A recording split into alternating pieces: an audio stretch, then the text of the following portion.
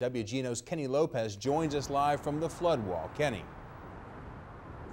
Hey Kurt, and this flood wall, 22 feet, very sturdy, very strong. And let me tell you, I was here about a week ago, and over this wall, there was no water. You could see the ground, you could see the wharf. Check it out, that sign over there, no parking on the wharf. Kind of funny, obviously you can't park there with all this water. Now, if you go a little further back, you can see a water level marker over there. It's marking at 8.5 feet. Now, this level is lower than expected, so it's making residents that live here feel good and a little relieved. Now let's take a look at an area behind the flood wall that's already been flooded.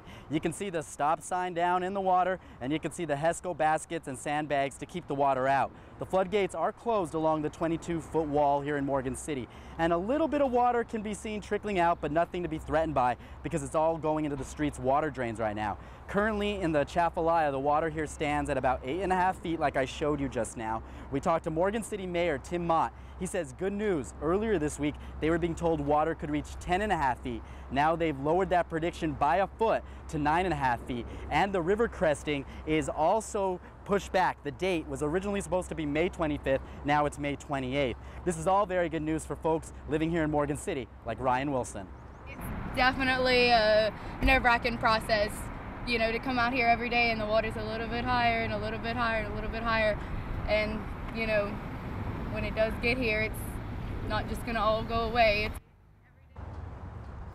Now, I want to show you, earlier today, me and one of my co-workers, fellow reporter Sandra Gonzalez, we were talking about how to simplify this for a lot of people because there seems to be some confusion with the water levels and the water rising. So I got food coloring. This is the Chafalaya Basin River water. This is the Morganza water. They opened 17 bays. You're mixing it together, and this is the flood water that's backing up into the communities. We'll have much more for you at 6:30, live from Morgan City. Kenny Lopez, WGNO News. All right, thank you, Kenny.